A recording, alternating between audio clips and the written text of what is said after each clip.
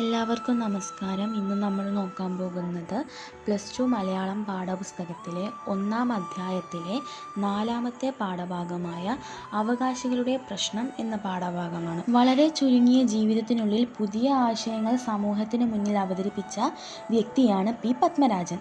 സാഹിത്യകാരൻ, തിരക്കഥാകൃത്ത്, സംവിധായകൻ എന്നീ നിലകളിൽ അദ്ദേഹം പ്രശസ്തനാണ്.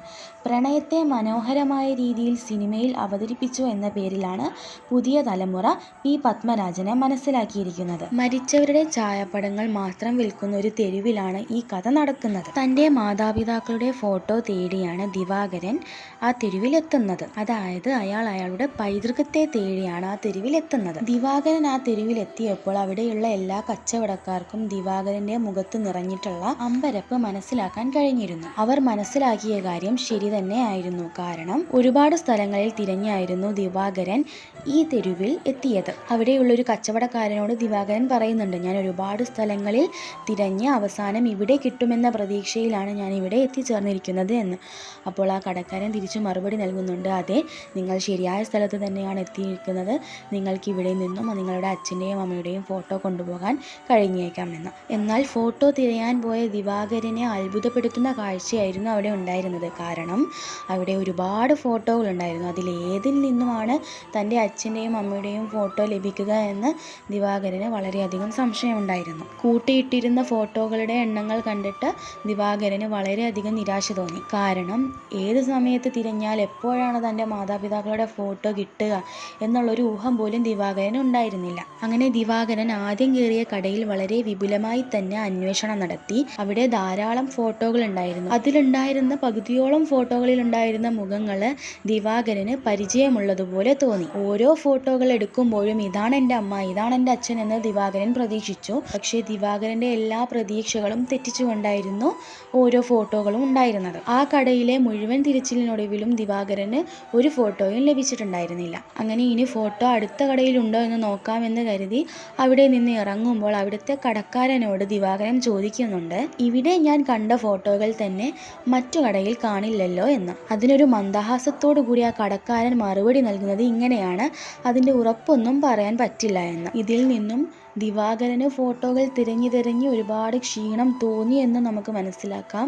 അതോടൊപ്പം തന്നെ ദിവാകരന് തൻ്റെ അച്ഛൻ്റെയും അമ്മയുടെയും ഫോട്ടോ കിട്ടാൻ വളരെയധികം ആകാംക്ഷയുണ്ട് എന്നും നമുക്ക് മനസ്സിലാക്കാം. ഈ ഒരു സ്ഥലത്ത് ദിവാകരൻ്റെ 2 ഭാവങ്ങളെയാണ് നമുക്ക് കാണാൻ സാധിക്കുന്നത്. അതോടൊപ്പം തന്നെ ദിവാകരൻ്റെ ആ ചോദ്യത്തിനുള്ള വികൃതമായ മന്ദഹാസത്തോടു കൂടി കടക്കാരൻ അങ്ങനെ ഒരു ഉത്തരം നൽകുമ്പോൾ അത് നഷ്ടപ്പെട്ടത് തിരിച്ചു പിടിക്കാനാവുമെന്ന മനുഷ്യൻ്റെ പ്രതീക്ഷയെ കൂടിയാണ് തള്ളിക്കെടുത്തുന്നത്. അങ്ങനെ ദിവാകരൻ 2-ാമത്തെ കടയിലും കാര്യമായി തിരച്ചിൽ നടത്തി. പക്ഷേ അവിടെ ഒന്നും ദിവാകരന് വേണ്ട ഫോട്ടോകൾ ഉണ്ടായിരുന്നില്ല.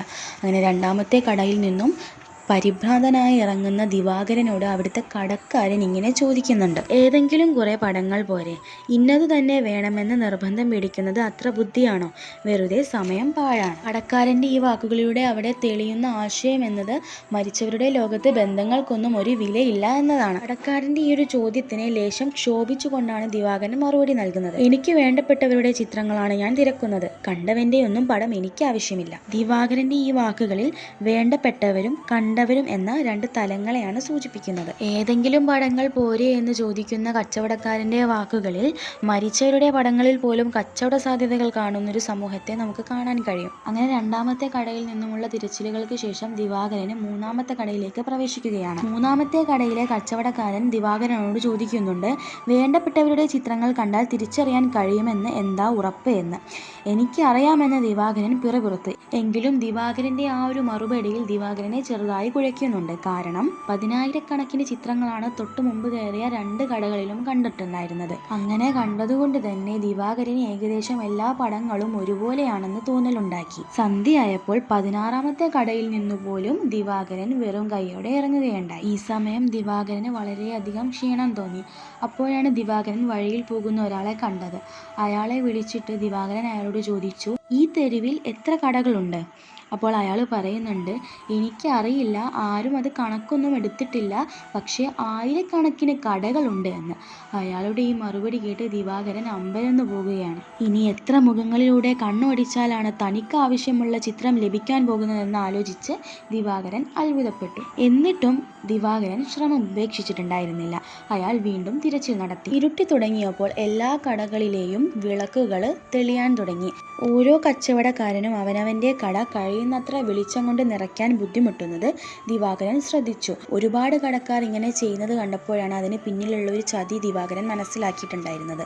ഇങ്ങനെ വലിയ വെട്ടത്തിനടിയിൽ വെച്ചിട്ട് ഒരുപാട് മുഖങ്ങൾ കാണുന്ന സമയത്ത് ആളുകൾ വന്നിട്ട് ഛായാപടങ്ങൾ തിരയുമ്പോൾ അത് അവർക്ക് വേണ്ട ഛായാപടങ്ങൾ അല്ലെങ്കിൽ പോലും ആ വെട്ടത്തിൻ്റെ പ്രകാശത്തിൽ അവർ വിചാരിക്കും, അവർ തെറ്റിദ്ധരിക്കും അത് അവർക്ക് വേണ്ട ഛായാപടമാണെന്ന്.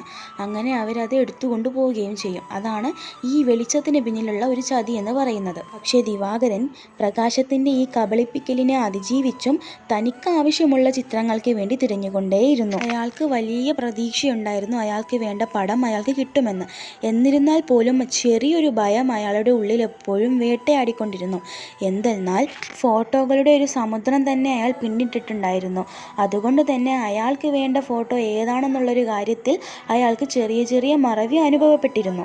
ഒരു പുതിയ കടയിലേക്ക് കയറിക്കൊണ്ട് ദിവാകരൻ ആ കടക്കാരനോട് ചോദിച്ചു, ഈ കടകളൊന്നും അടയ്ക്കാറില്ലേ എന്ന്. അപ്പോൾ കടക്കാരൻ മറുപടി നൽകുന്നത് ഇങ്ങനെയാണ്, ഞങ്ങൾക്ക് രാത്രിയെന്നോ പകലെന്നോ ഉള്ള ഭേദമൊന്നുമില്ല, ഈ കടകൾ എപ്പോഴും തുറന്നിട്ടിരിക്കുമെന്ന്.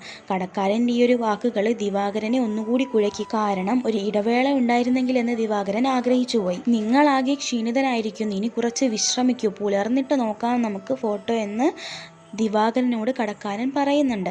പക്ഷേ തൻ്റെ പൈതൃകം തേടി വന്ന ദിവാകരന് എത്രയും പെട്ടെന്ന് അത് ലഭിക്കണമെന്നുള്ളൊരു ദൃഢനിശ്ചയമുള്ളതുകൊണ്ട് തന്നെ ദിവാകരൻ വളരെ ഉന്മേഷം പ്രാപിച്ചുകൊണ്ട് പറഞ്ഞു, എനിക്ക് കുഴപ്പമൊന്നുമില്ല, ഞാൻ എൻ്റെ ബന്ധുക്കളുടെ ഫോട്ടോകൾ തിരയട്ടെ. ഒരുപാട് തിരച്ചിലിന് ശേഷം ദിവാകരന് തല കറങ്ങുന്നത് പോലെ അനുഭവപ്പെടുകയും ഈ തൻ്റെ അച്ഛൻ്റെയും അമ്മയുടെയും പടം കണ്ടാൽ തന്നെ അത് തൻ്റെ അച്ഛൻ്റെയും അമ്മയുടെയും പടമാണെന്ന് തിരിച്ചറിയാൻ കഴിയുമോ എന്നുമുള്ള ശേഷി ദിവാകരന് നഷ്ടപ്പെട്ടിട്ടുണ്ടായിരുന്നു.